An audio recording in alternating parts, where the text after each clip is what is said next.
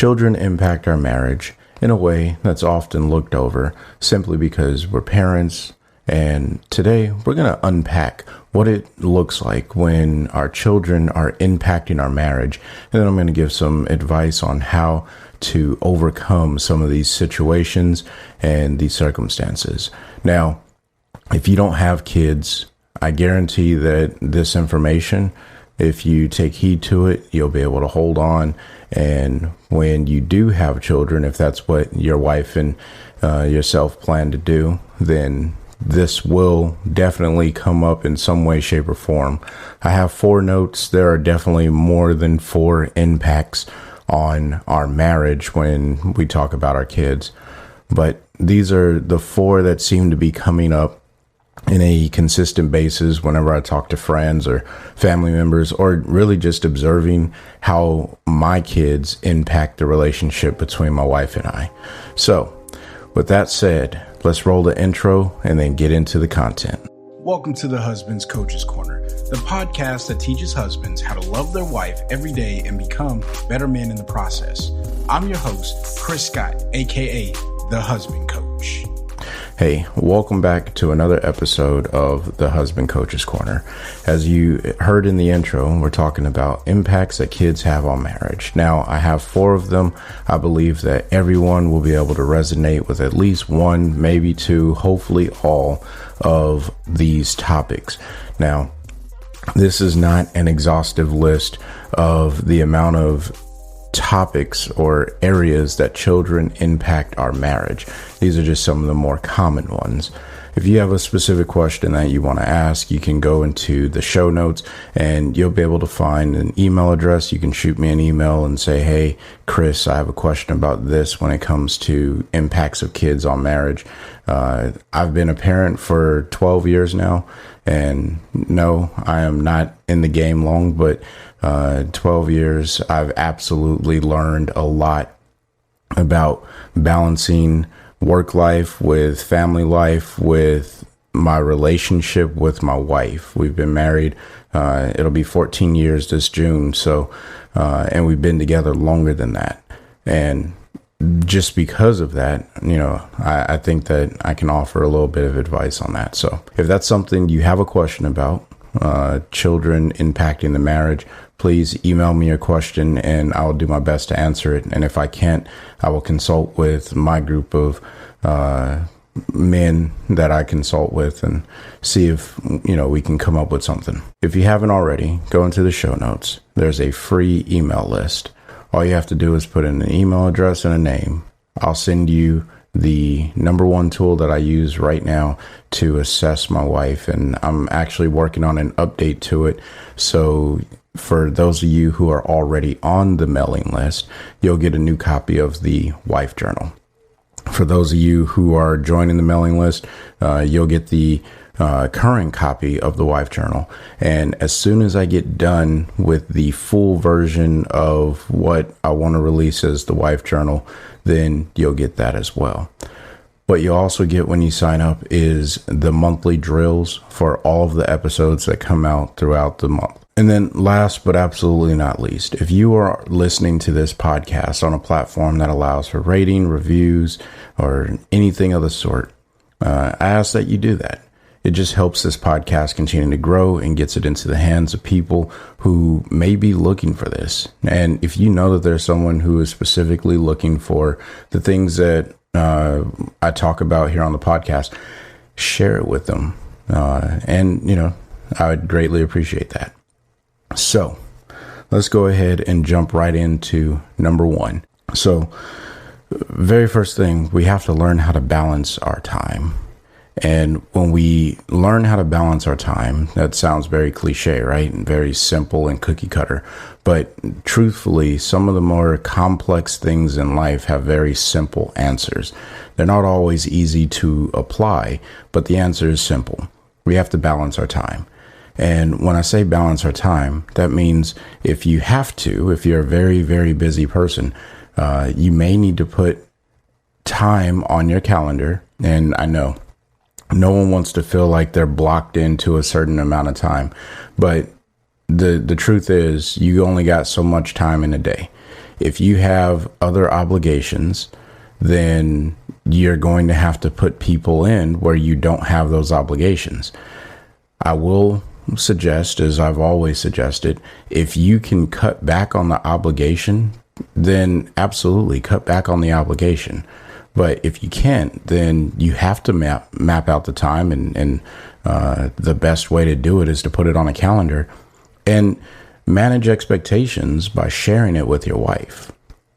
All right. Now, depending on the age of your kids, you may not have to share a calendar. And, I'll be honest, I don't share a calendar with my kids, but my kids know that every evening, at some point in the evening, it's going to be an opportunity for us to play.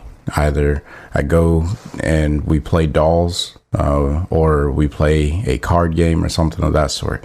So I'm giving my kids their time, very, very deliberate time, just as I give my wife very, very deliberate time.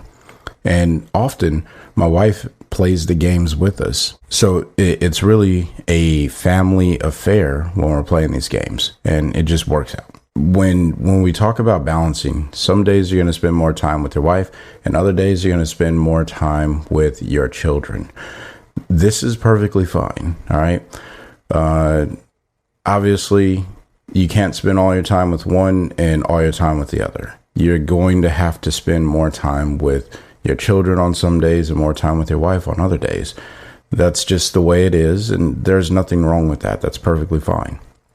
What you really want to do is be intentional on the way that you set up this time between you and your wife, and then you and your kids. That there's nothing more complicated about or simple than that. It doesn't have to be overly complicated, right? So the next thing is, in relationship to balancing your time with your kids and your wife, is don't allow your kids to be a hindrance to you spending time with your wife. Don't let them become the reason that you're not spending time with your wife. That time that you set up for your wife, whatever it is, the quality time, make sure that you are available. I can't speak. Make sure you are available so that way you can spend that time with your wife and embrace with her as a husband should, and be able to get to know what's going on with your wife in that exact moment in this season of life. All right. Don't let the kids get in the way of that. This may mean that you have to be way more intentional with getting your wife involved with coming into, whatever the event is. If you're going to watch a movie, or if you're just going to sit down and have a cup of coffee, if you're going to read a book together, go on a walk, whatever, you may have to, kind of guide your wife into, hey, this is our intentional time. As much as you should safeguard the time, you should encourage your wife to safeguard the time as well, and make sure that she's aware of when that time is. This is why I say it's important to put it on a calendar, because if it's on a calendar, you can both see it, you can map it out. If calendars don't work for your lifestyle, write it on a dry erase board or put it on a sticky note and put it somewhere where your wife can always see it. So that way she's reminded, hey, at this point, we're going to spend time together, and make sure that the kids are taken care of. Be it you get a babysitter if you're going out on a date, or maybe it's after their bedtime. So you spend the evening with the kids, you get them ready for bed, they go to bed, and now you have your time with your wife. Whatever that is, it could even be early in the morning. You wake up early in the morning. It could be that lunch break that we talked about in some of the other episodes, where if you can have an opportunity to eat lunch with your wife, maybe that's your time. I don't know. Whatever works for you. I'm not going to continue driving that one home. And then the last thing is, it goes along with the don't allow your kids to be the reason you don't spend time, is set boundaries. You have to set boundaries for your kids. All right. As a parent, we have to tell our kids what that left and right limit is. If we don't do it, then our kids, they don't understand that we need to spend time with our wives, their mother. So you got to set boundaries. Once you set boundaries, it becomes that much easier because they know, no, I can't go and intrude on that time. Mommy and daddy are spending time, unless it's an emergency.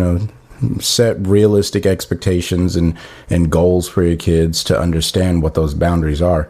And don't think because my kid is 3 years old, they don't understand boundaries. They understand.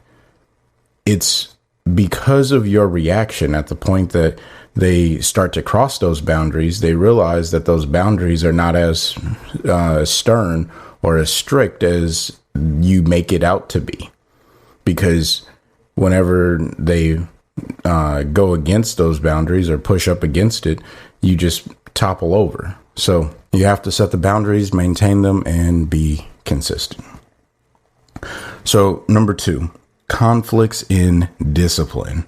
Now, this is an impact on marriage that I think has plagued a lot of marriages, and people have probably gotten divorced over this. I don't have any data to substantiate that, but it is very, very clear in a lot of the marriages that I've just experienced and husbands that I've talked to, discipline and the children, man, that is a tough one. All right. Here's the reason why. Some men are a little bit more aggressive in the way that they discipline because their upbringing was this kind of very rigid approach to discipline in the house. And as long as it is not abusive and the correction or the discipline is in love, I don't have any issues with that. As long as you're not putting the child's life in danger and causing them undue harm, then yeah, or any type of harm. I am a believer in spanking, but with lots of constraint, and spanking should not be the first choice, but again, discipline, right? Maybe your wife doesn't really care for spanking. Maybe she doesn't care for taking stuff away if they're a little bit older. Or if you're a creative disciplinary father, making your kids do squats or push-ups or write essays or stuff like that. Maybe your wife just doesn't agree with whatever your discipline style is.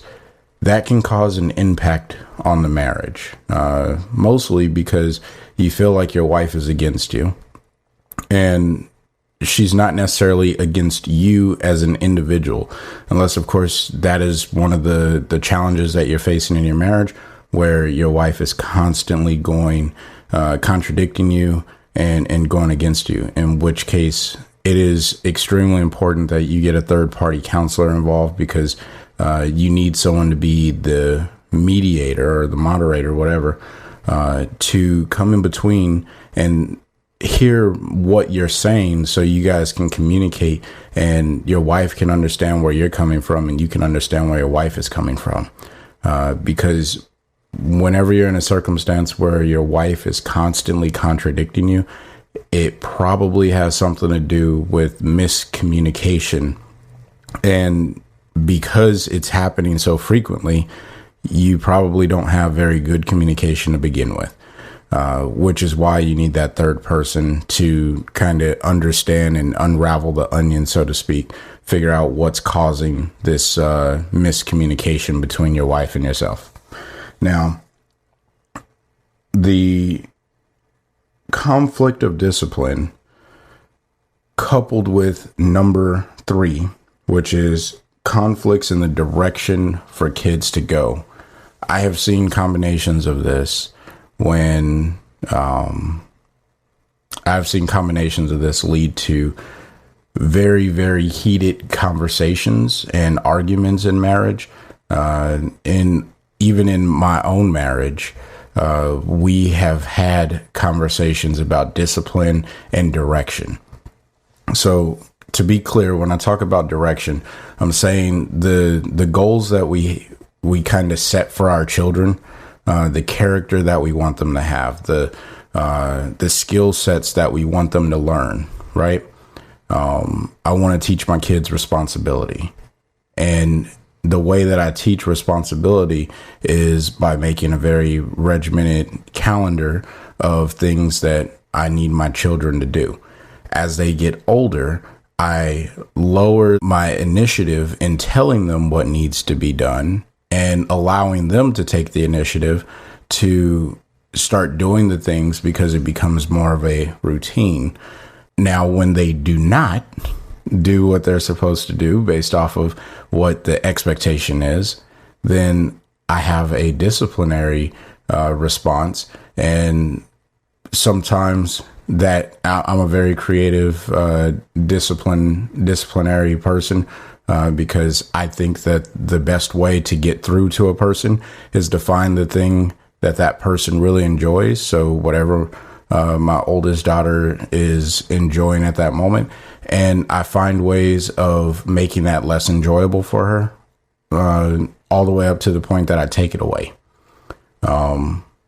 Case in point, my oldest daughter is playing her Nintendo Switch, and she plays this game called Animal Crossing. Well, if she hasn't completed her responsibilities, I turn off the internet on this game. She can't play the game. And so then she gets, not upset, but she's like, the internet's not working. And apparently I'm the only one who knows how to fix the internet in the house, which may be true. So she'll come to me and say, hey, Dad, the internet's not working. And then at that point, I let her know, well, you didn't do what you were supposed to do. So the internet's not going to do what it's going to do. And that's one of the ways that I discipline her. And she catches on really quick, like, oh, he's serious. When he tells me that it's my responsibility to do my laundry, make my bed, take the trash out, and empty the dishwasher, these aren't complicated things for her to do. But sometimes my wife, because that's not the only disciplinary action, sometimes I could go a little bit beyond my wife's comfort zone in the way that I discipline my children, not in any harmful way. I'm not an abusive parent. I love my girls, and I raise them with tons and tons of respect. But I do pull them out of their comfort zone. Case in point, my oldest daughter, she loves to sleep in. Well, she's supposed to be out of the bed with her bed made by 8 o'clock. If she doesn't have her bed made by 8 o'clock and she's not out of the bed, then I wake her up at the time that I feel. Now, I get up early. My alarm clock goes off at 5 now. So I'm usually out of the bed between 5 and 5:30. I can wake up my daughter at any point between that time and 8 o'clock. My wife doesn't agree with this because we homeschool, and the way that I discipline my daughter, if she wakes up too early, she's grumpy during school, which causes issues. The direction that I want my daughter to go has caused a conflict in the discipline with my wife because it's impeding on her ability to teach. And because my wife and I have really good communication, we were able to talk this through. And I made an agreement with her that I will give the poker face, that I will wake up my daughter at 5 o'clock in the morning because I've done it before. So my daughter knows that I'm willing to do it. But I made a silent agreement to my wife that I won't wake up our daughter prior to 7:15. So when 7:15 comes, I'm going to wake up our daughter and I'm going to supervise her making her bed until she proves that she can get up on her own and do it. And 7:15 is like the sweet spot because they start school at 8:30, so that's perfect for my wife. That gets our daughters up. They can eat breakfast if they choose to and be ready for their day in school. But I'll be honest, earlier on and when I say earlier on, I really mean like maybe a year and a half, 2 years ago, this was a point of conflict and it impacted our marriage because I was watching my daughter kind of turn into a lazy child. And my daughter is not a lazy child, but she was starting to develop those habits. So when you see those habits as a parent, you just want to correct them instantly. Well, because I was seeing this and my wife didn't agree with, the direction that I wanted my daughter to go, because she didn't see it as a problem, because my wife grew up being able to sleep in and hang out and kind of take her time up until it was time for her to get ready to go to school. So my wife thought that I was being a little aggressive, and maybe I was, maybe I wasn't. I don't know. I'm an early riser, and I think that there's benefits in getting up early. So I'll leave it there. Nonetheless, the conflict that my wife and I had was specific to the direction that I was driving my child, and then the discipline when my child was not responding to that direction. Now, there could be other circumstances that impact the marriage. In our culture today, the family and the goals of the parent to the child, or the child even, starts to set their own goals when you get into the teenage years.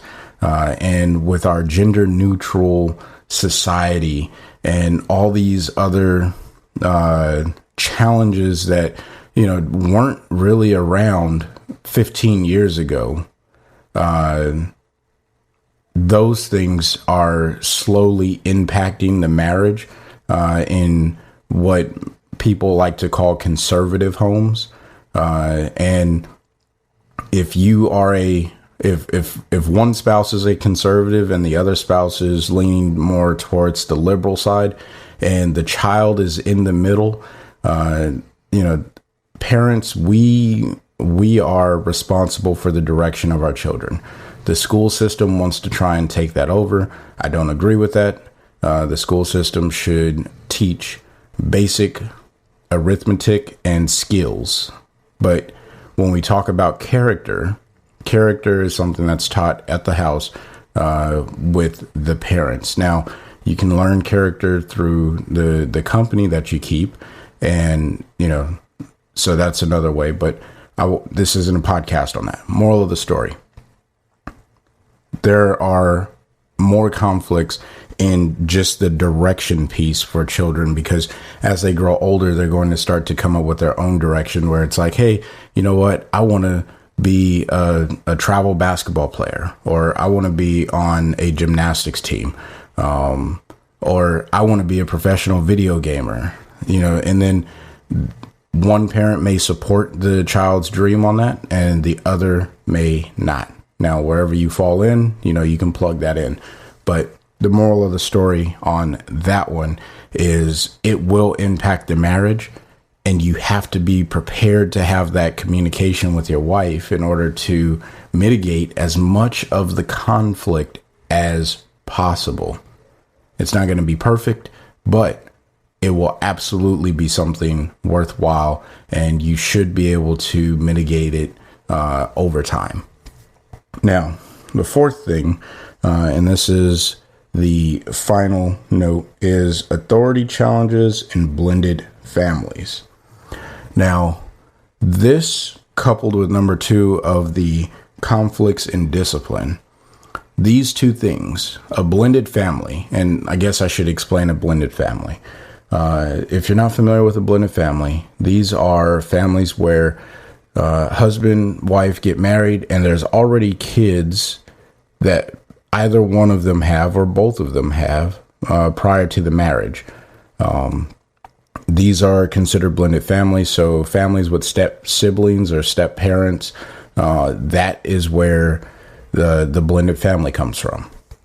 Now, I served as a children's director at a church, and I've experienced a lot of blended families. And in the blended home, one of the parents doesn't feel adequate at times, and that's because the other parent did not charge the step parent with the authority, so to speak, to train up the child and to discipline the child. This causes so much of an impact on the marriage because there were many times when the father, and it's typically the father, right, of the stepchildren, so the stepfather, if you will, he's the one that is not charged with the authority to discipline the child.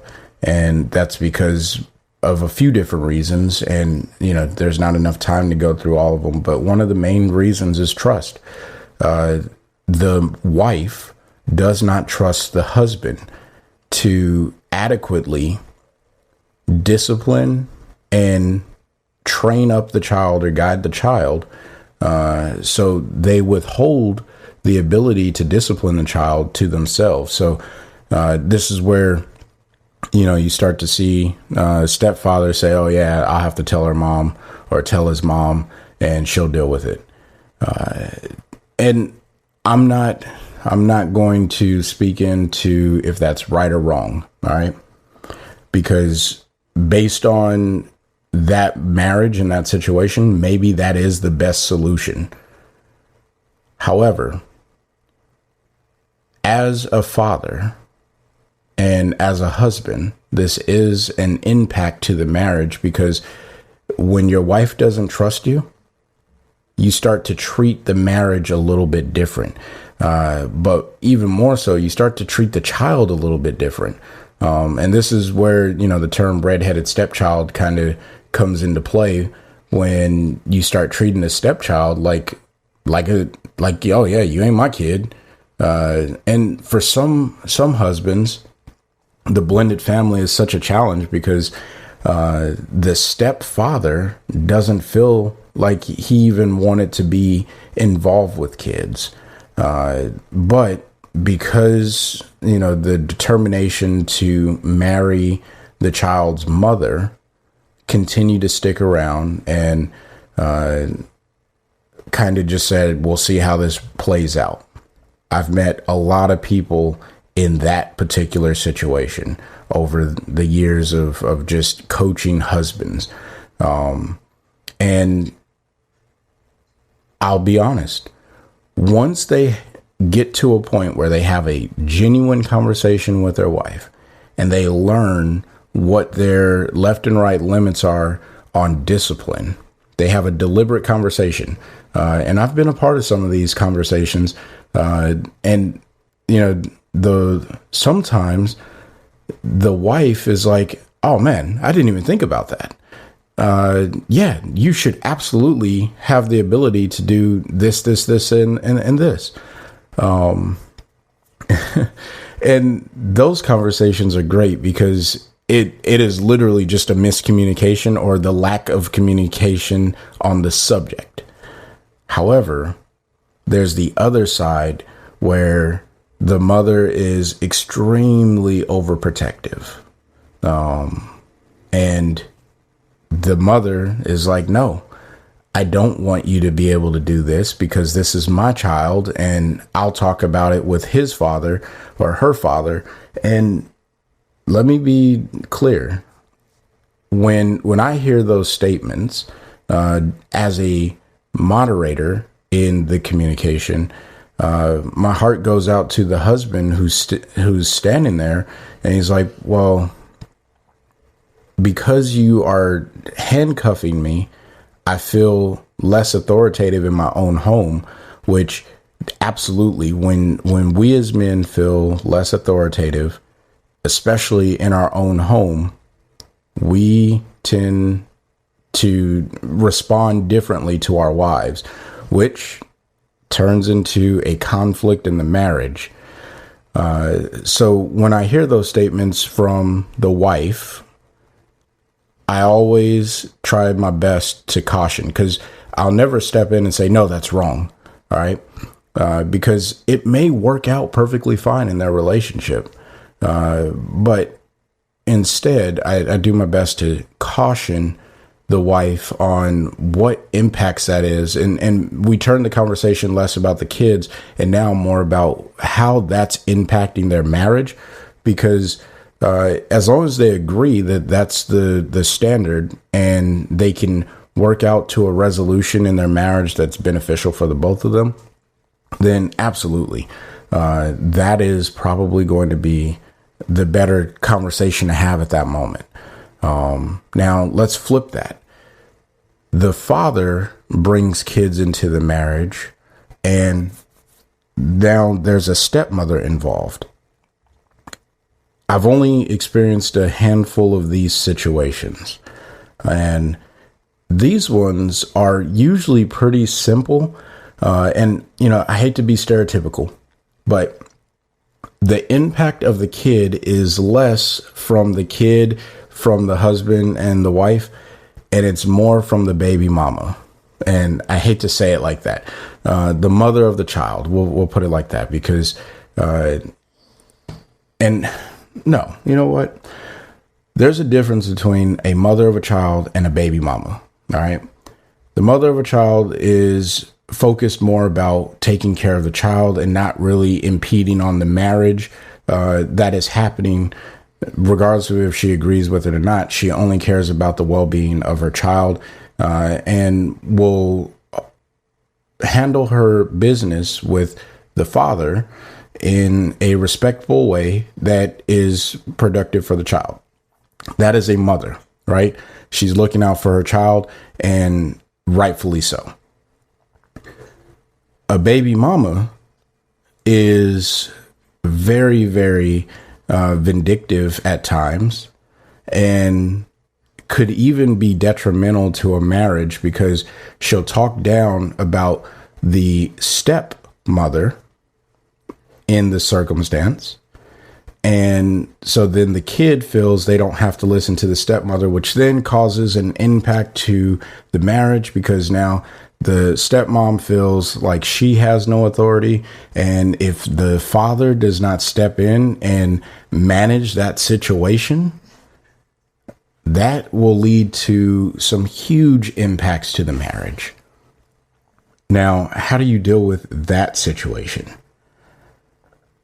The best way of dealing with baby mamas, all right, is to be very, very clear in everything that you do when interacting with the mother of the child and with your wife.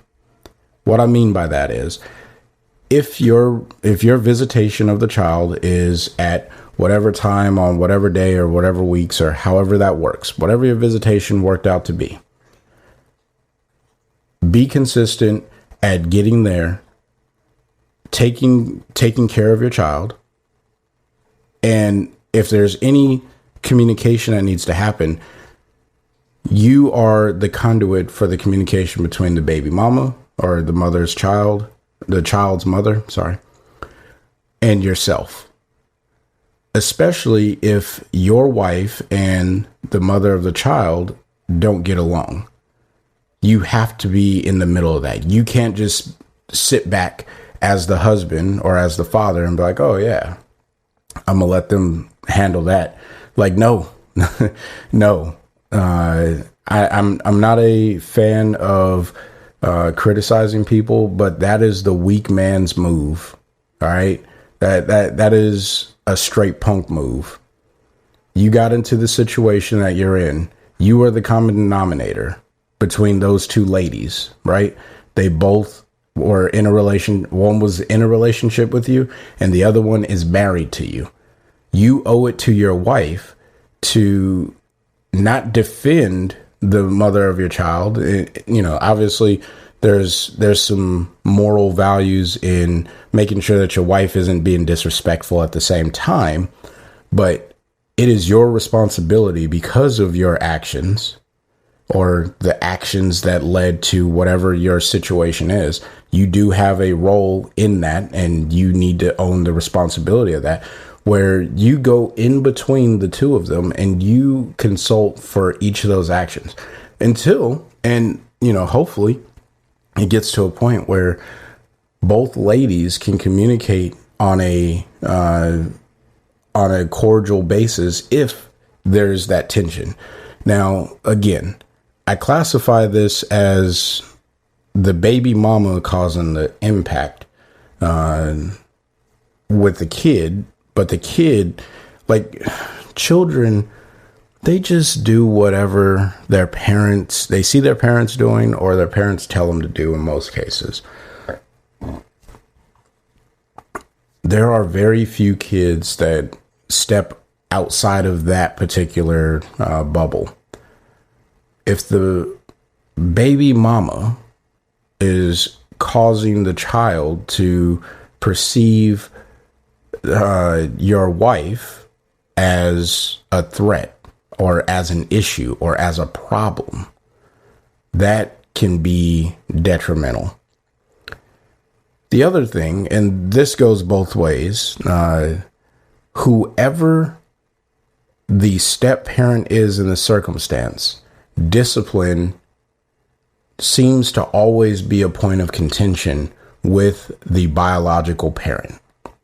So as a father, or as the stepfather in the marriage, if you discipline the child and the biological father is, in the child's life, and they can become offended or upset with the way that you discipline the child, and vice versa. If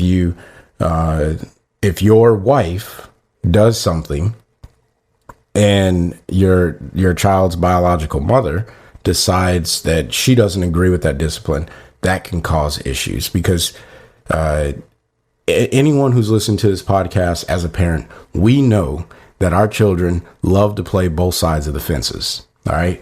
They love to say, well, my mama said, or my daddy said, and then that brings you at odds with your other half, or the mother or father of the child outside of the marriage. And again, blended families, they pose their own challenges. They can all be overcome, but a blended family requires the highest level of interpersonal communication, and very deliberate communication. You can't just show up and hope that it all works out, right? There's so many people who they struggle in the blended family. I believe that there is a lot of opportunity in the blended family. You just have to find where that opportunity lies and capitalize on it, and improve the areas that are impacting the marriage, because the child is, kind of playing both sides of the fence. That is detrimental to marriages, and a lot of blended families, they make it for the long haul, but there's also a lot of blended families that they fall apart, and those impacts come from the kids, and there's a lot of harsh resentment.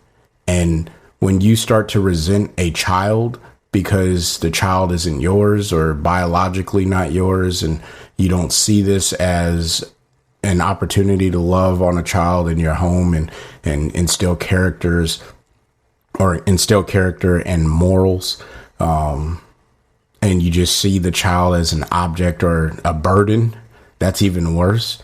Man, that is for a whole nother episode. Maybe I'll do an episode talking about just being a stepfather, from the people that I've spoken to, because I am not a step parent, so I can't speak from experience, but maybe I can get a few individuals that I can interview for that.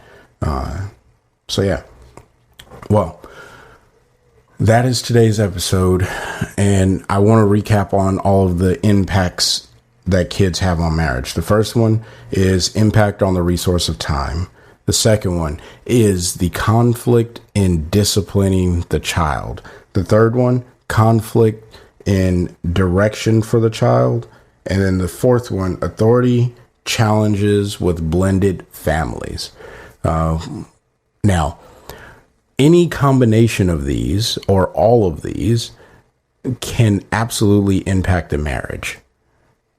Overcoming them starts with communication. That's the very first step. And I'll be even more specific. It starts with a deliberate dialogue of the desired outcome for whatever the impact is. So if the impact is I don't get to spend enough time with my wife because my kids are just hogging all the time, then you have a deliberate conversation about the outcome with your wife of where you are right now. So you're saying, hey, I'm not feeling like we spend enough time together. And then you map that out. Or maybe the conflict is discipline.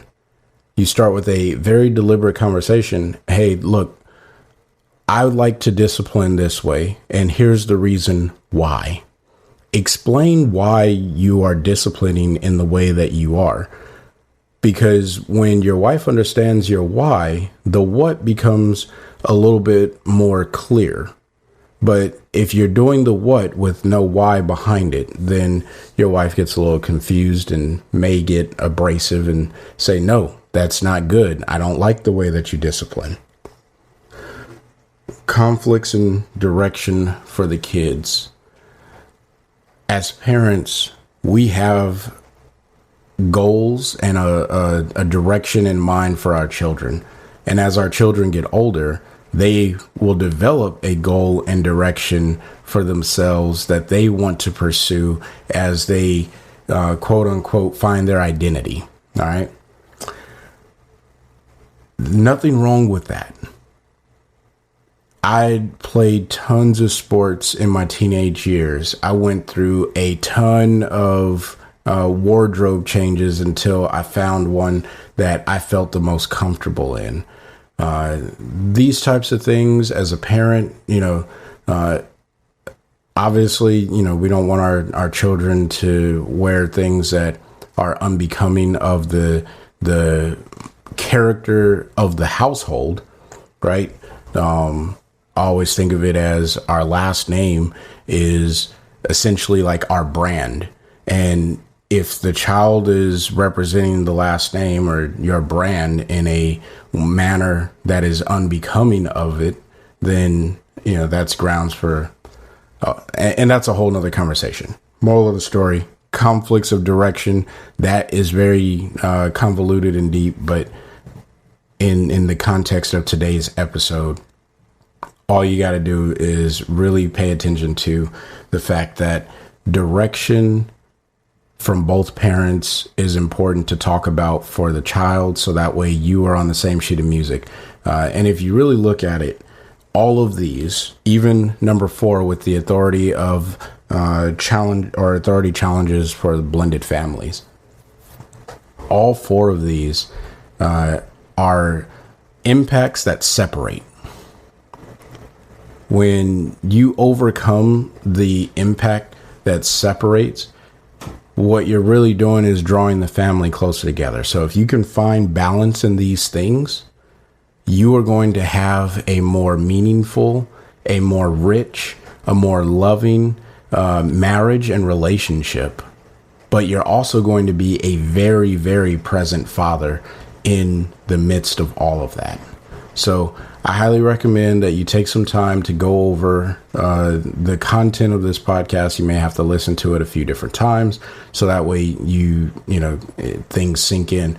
But jot down some things that maybe are impacting your marriage in relationship to your kids, if your kids are causing impacts. Now, if you don't have kids, what I recommend you do with this material is you sit down with your wife, and if you are planning on having kids, start the conversation about the first 3 things, impacts on time resources, conflicts in discipline, and conflicts in the direction of the kids. Talk about those first 3 right now. There's no reason that you have to wait. That's perfect future focused content. As I talked about in other episodes, this is a perfect opportunity for you to just map that stuff out and say, hey, when we have kids, here's how I was raised, and this is kind of the way that I lean towards disciplining. How do you feel about that?